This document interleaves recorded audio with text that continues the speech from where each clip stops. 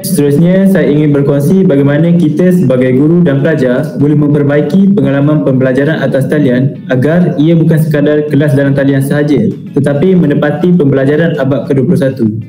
Pendekatan ini boleh diperkasa dengan aplikasi seperti Book Widget yang membolehkan guru mereka aktiviti interaktif seperti kuis, teka silang kata dan peta minda. Selari dengan aktiviti pembelajaran abad ke-21 seperti Spin and Think dan Rally Robin. Ia membantu pelajar berfikir secara kritikal, bekerjasama dan berkomunikasi secara aktif. Okay, seterusnya kita masuk kepada bahan bantu mengajar. Penggunaan podium digital turut menjadikan PDPC lebih hidup dan responsif.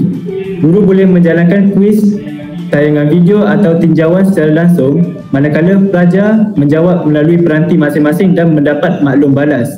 Gabungan Book Widget dan podium digital menjadikan pembelajaran lebih menarik, interaktif dan seiring dengan matlamat pembelajaran abad ke-21.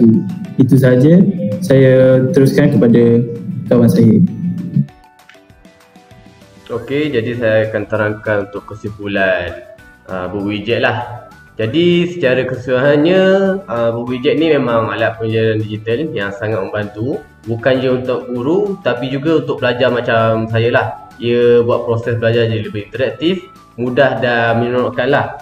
Okey, jadi untuk melalui review website ini, iaitu Cheryl P menyatakan Book Widget ni a great tool to engage student, iaitu sebab murid lebih fokus bila guna aktiviti macam hotspot, image dan web quest lah. Untuk Lucy R pula menyifatkannya sebagai content creation and evaluation tool for all teacher, sebab senang digunakan dan boleh digabungkan dengan Google Classroom untuk pembelajaran yang lebih lancar lah. Okay, jadi daripada pengalaman saya juga sendiri sebagai pelajar, saya rasa Book Widget ni sangat mesra pengguna dan menyeronokkan lah. Bila cikgu bagi aktiviti guna platform ini, suasana belajar ni jadi lebih best lah.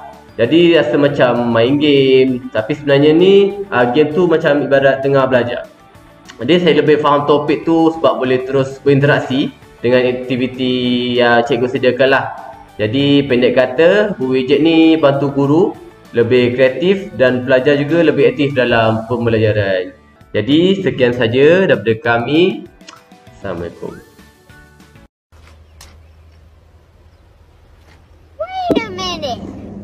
Okey, boleh masuk. Okey, itu saja daripada kumpulan kami. Jap. Sebelum kita akhiri video ni, kami ada serangkap pantun. Pergi ke pasar membeli buah nona, Singgah sebentar minum teh susu. Terima kasih Dr. Nur Azrina. kalau markah naik kami senyum seminggu. Kuek.